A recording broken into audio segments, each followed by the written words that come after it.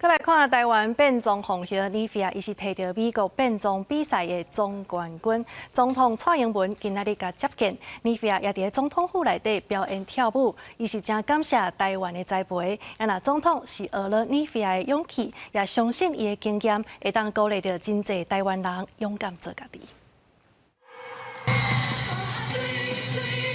音乐一个向穿招牌金色表演服的台湾变装红叶倪菲亚，伫总统府表演引起阵阵的掌声。总统蔡英文嘛对这招伫拍扑啊，欣赏倪菲亚车领导一起开精彩技术。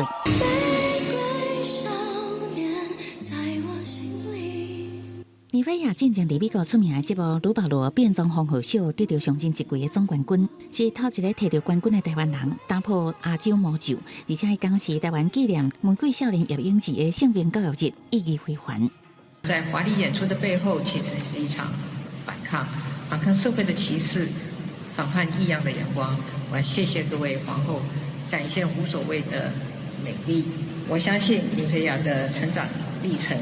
也会带给许多台湾的年轻人勇气，能够无所畏惧，保留真心，做自己。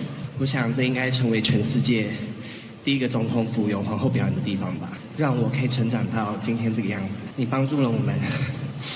感谢台湾土地栽培家己，互倪菲亚讲到后场，伊阁特别指出，伊家己服装设计灵感是台湾才有的第有奖黄莲花。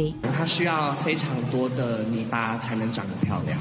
那我觉得我们台湾也有很多政治困难，也有很多生长在污泥当中的事情，人们有你的榜样，可以展现出我们的美貌，然后成长成美丽的样子。所以谢谢你这8年来的贡献，成为我们台湾的妈妈。 倪菲亚3年半前，捌甲妈妈做伙上公司上来晚餐，担任节目配音的唐启荣，原来受邀请管理。倪菲亚说来要上巴黎文化奥运台湾馆，互国际见证台湾的多元优先。